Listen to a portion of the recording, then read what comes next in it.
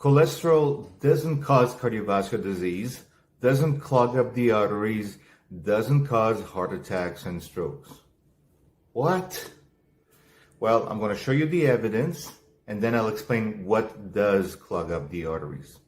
I'm Naturopathic Dr. Elie Klein, and I help middle-aged and older adults with cardiovascular issues and diabetes to turn their health around naturally. So let's start with the evidence.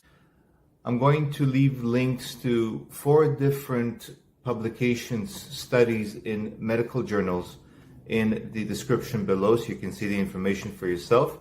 But just briefly, I'm going to go over those and summarize them for you. The first one is from a 2015 study in the World Journal of Cardiology that to expect that cardiovascular disease can be prevented or eliminated just by lowering cholesterol is not reasonable. In a 2009 study published in the American Heart Journal, where researchers gathered data from close to 140,000 hospitalized patients with coronary heart disease, and they found out that half of them had normal LDL or so-called bad cholesterol numbers. A British medical journal study evaluated the relationship between cholesterol and death rates in people over 60, found that most major heart attacks occurred in people with normal cholesterol. But there is cholesterol in plaque, so if cholesterol doesn't cause the plaque that clogs up the arteries and causes heart attacks and strokes, then what does? So to explain that, consider that plaque in the arteries, or at least the early stages of plaque in the arteries, resembles a scab on the skin that appears after an injury, a cut or a scrape to the skin. And so that injury basically initiates a series of processes that strives to heal the cut or heal the scrape. The scab on top is just a protection mechanism to allow for that to happen. The cause of plaque in the arteries is almost the same, except that instead of a physical injury in the form of a cut or a scrape, it's a chemical injury that results from excessive oxidative stress or inflammation, basically chemical processes that harm the arteries. And the causes of these chemical processes can be different toxins, either internal toxins from gut bacteria that seep into the circulation, or external toxins from the environment or from foods, or unfavorable types of oils that are used to make food that can cause oxidative damage. And all in all, it's this type of chemical damage that basically initiates a very similar process to the formation of a scab on the skin. The tissue of the skin and the tissue of the arteries, the lining of the arteries, is somewhat similar. There's a lot of connective tissue in there. There is collagen, there's elastin in both. And so that chemical damage nicks the tissue itself, the lining of the arteries, and so the body needs to repair that.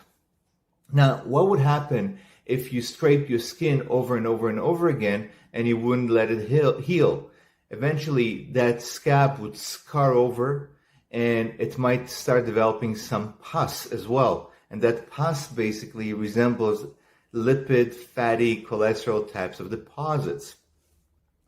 Now, the damage to the skin is occasional, so there's time to heal.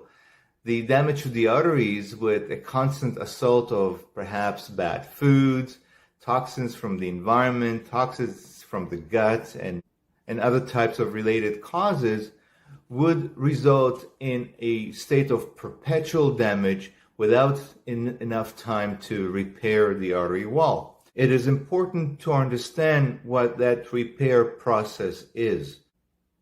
That repair process involves the mobilization of specialized white blood cells that come to the area in order to remove damaged or oxidized particles, tissue parts, segments of the artery wall. That's their job. to gobble that up and remove it so that the body can repair that tissue. Under these types of conditions of inflammation and oxidative stress, oxidative damage, the cholesterol in the circulation in the area also gets damaged, also gets oxidized. And so white blood cells gobble that up as well, except that that type of cholesterol, oxidized cholesterol, is damaging to these cells. It kills them and they die, and they spill the content into the site of the injury, into the site of plaque or that scab or that scar.